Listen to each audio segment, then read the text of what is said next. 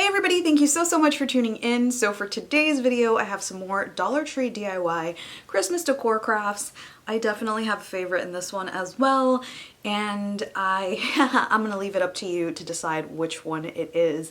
But this might be my last Christmas decor video for 2020.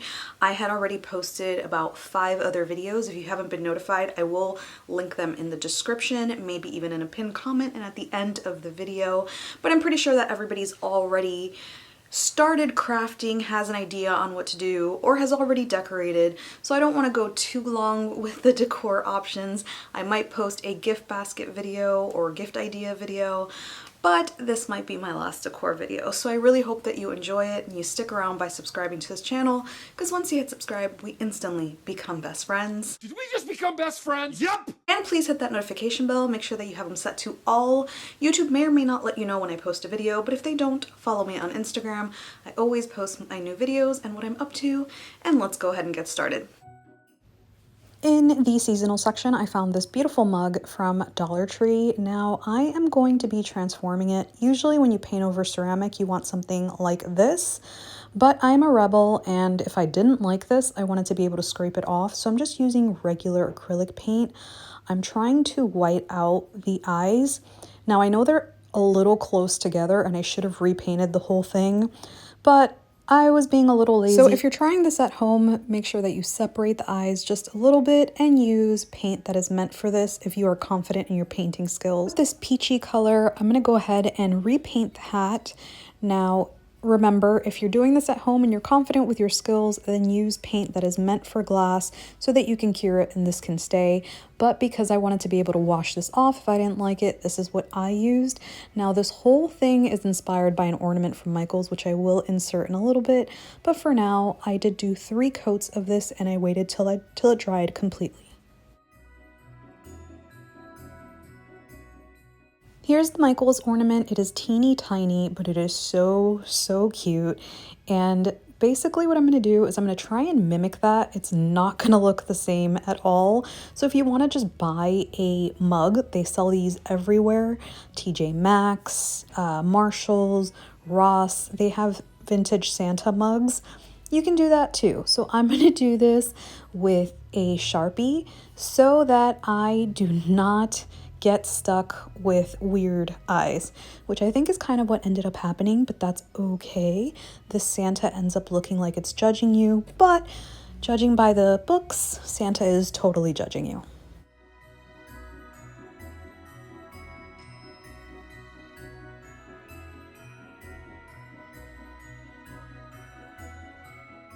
To make his eyes pop a little bit, I did use this Dollar Tree marker. I wish I would have had a brown since I have brown eyes, but this is all I had.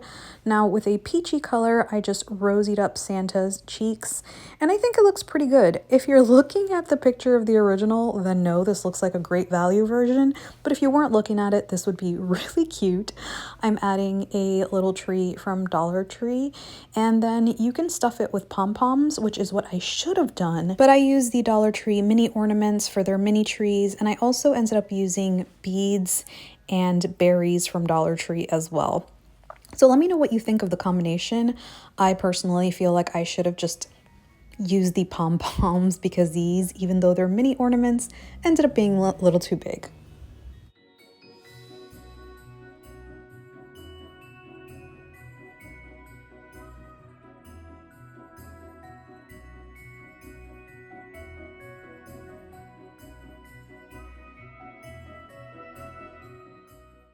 In the Crafter Square section of Dollar Tree, I have these flat canvases that are 11 by 14.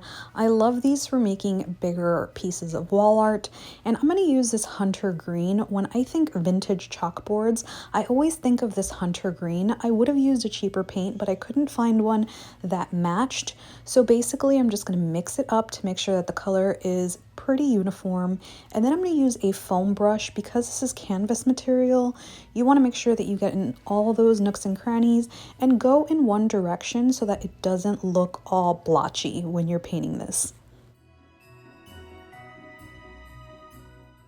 In between coats, put your brush in a doggy bag. You can also put it in the refrigerator so that it stays with the same shade and doesn't dry out. Do a second coat or a third one, whatever you need, and don't move on until this is completely dry and not sticky to the touch.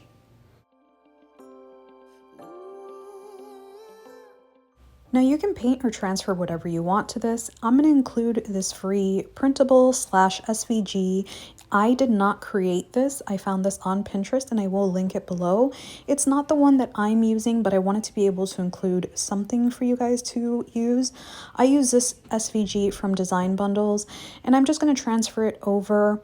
Now, if you don't have a Cricut, that's okay. You can always print it out and transfer it using some chalk. Just add your chalk to the back and then trace it out and then paint it. I show this method in so many videos.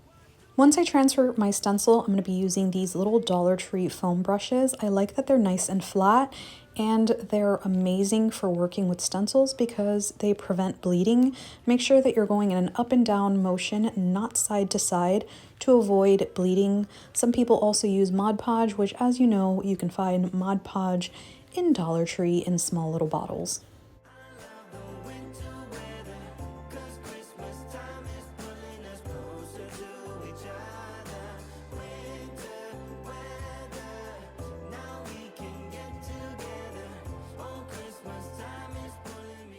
Now, because I want this to look like a chalkboard, I'm going to take my same sponge, and with a very, very dry sponge, I'm just going to drag that white so it looks like chalk dust all over the place.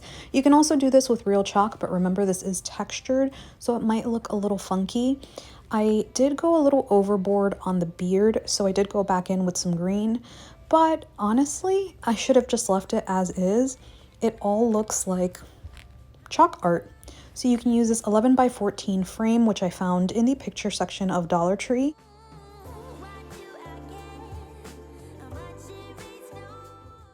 The 11 by 14 canvas fits perfectly. I don't like this in black. I would paint it, but I ended up making a little frame for it. This is the measurement of the square dowel that I used. I bought it from Lowe's and just cut it down. I do show this in a previous video, but you just wedge your canvas in there. If you want to avoid these steps and save a little bit of money and don't mind a smaller sign, use an 8 by 10 canvas from Dollar Tree, which does have the wood in the back. You can just cut everything out and then use the canvas in a reverse canvas method. So your wood is showing up top and then your canvas in the back. And this is what it looks like.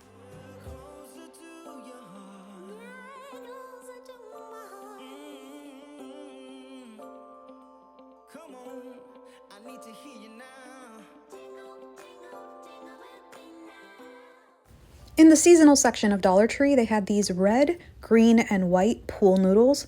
I know a lot of people can't find pool noodles and they think it's a summer item, but now Dollar Tree is including them as a seasonal item as they do come in holiday colors. I cut mine down the middle and I'm going to wedge this into a hula hoop. Now, if you saw my video with the gingerbread wreath, this is the exact same wreath.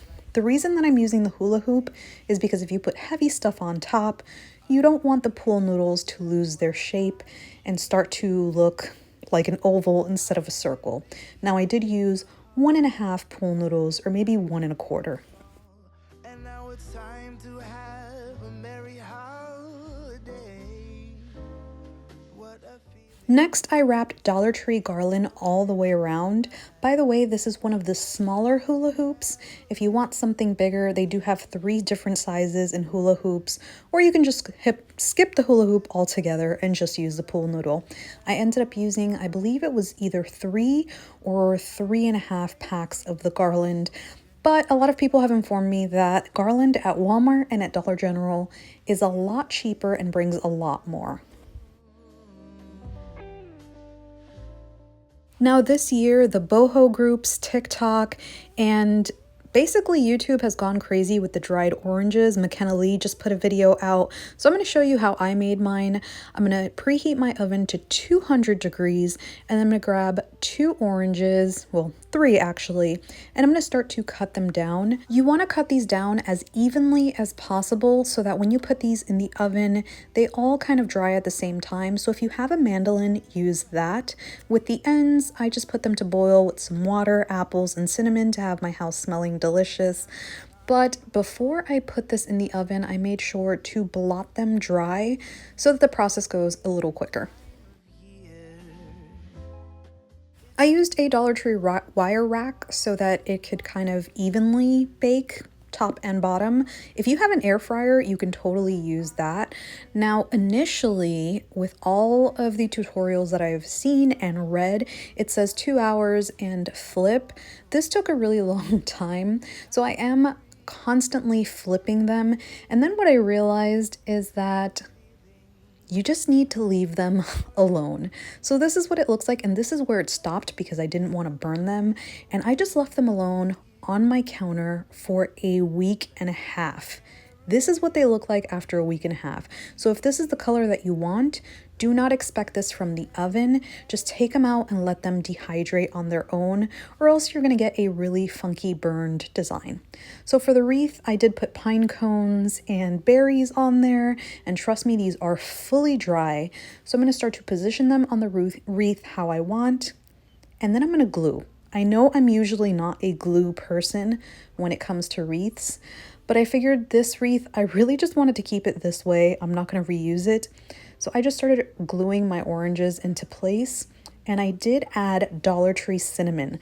I was finally able to find the cinnamon sticks. It's my favorite time of year. So this is what I mean about not using glue. You can always put these on a garland tie and then tie this around. If you saw my gingerbread wreath, you know that everything that was on here I could remove because everything was on a garland tie. I will link that video below because it's definitely one of my favorites, but I'm just gluing this directly to the wreath because that's how I'm feeling today. So I'm gluing little bunches of 3, adding a cinnamon stick, either to the front, to the back, to the side, and then some more berries. And the berries are, of course, from Dollar Tree as well. I guess that spring and summer, they're all fine. But I've been waiting for the season that's mine. If you have oranges left over like I do, you can pop them onto a Dollar Tree wreath and put them on a present or a floral arrangement. But look at this wreath. I love it, and it does not look like it came from Dollar Tree.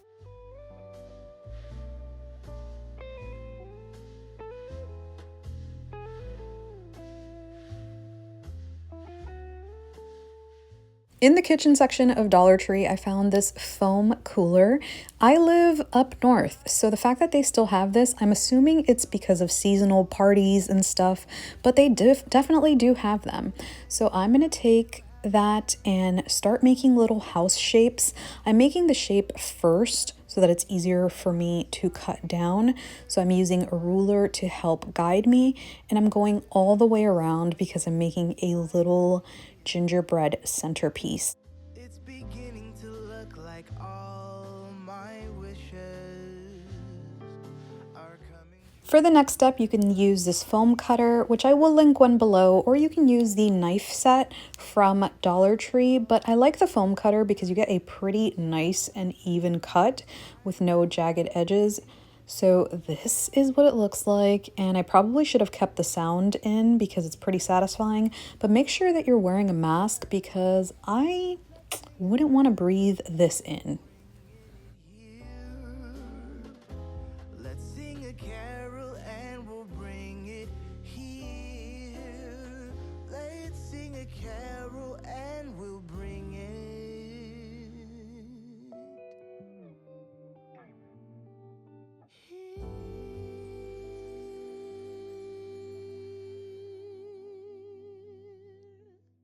Once you make your way all the way around, you're able to remove the top without any mess, which is why I use the foam cutter. And now it's time to paint. I'm going to use spray paint. I am not a fan of spray painting foam because it does leave that texture, but because this is supposed to mimic a cookie, I don't mind, so I'm using Warm Caramel by Rust-Oleum, and I think this looks pretty darn good.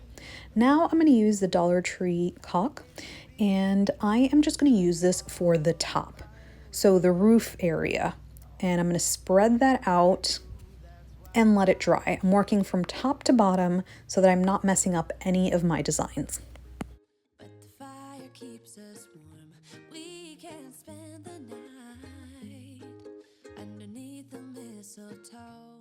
I let this dry for a full day, and now with some 3D white paint, which you can find in the Crafter Square section of Dollar Tree, I'm going to start adding my details. Now, the easiest thing to do is to look up a picture of a gingerbread house so you can think of designs and just basically start freehanding. If you don't want to do that and you want something a little bit more uniform, then you can trace something out first. But this method worked for me. You're going to want to let every section dry before moving on to the next. So the night before, I already did the back and one of the sides. And then today in this portion of the video, I'm doing this side and the right hand side. Just freehanding little designs here and there. Try and work from top to bottom or from left to right if you are a righty, right to left if you're a lefty, so that you're not smudging stuff. If you think it's too plain afterwards, then you can add in some more designs, but try to avoid doing that while it's still wet so that you don't smudge anything, and get creative on what you're drawing. But the difference this time is that ever since July, I've been happier than I have ever been. It's safe to Add whatever you want to the inside. I'm doing some Dollar Tree dusters just so that it looks like there's snow inside, and then I'm doing a mix of Dollar Tree trees and Michaels. I would have done all Dollar Tree, but I didn't have enough to fill this up, and Dollar Tree is all sold out, but look at how this looks. You can barely tell that this is made from a foam cooler. I've decorated everything till we're perfect for this week. Tomorrow it is Christmas. So that's it for me. I really hope that you enjoyed these tutorials. Let me know in the comments section which one is your favorite. Let me know which one you think my favorite is. And as usual, thank you so much for watching. I appreciate you so much, and I will hopefully see you on the next one. Tomorrow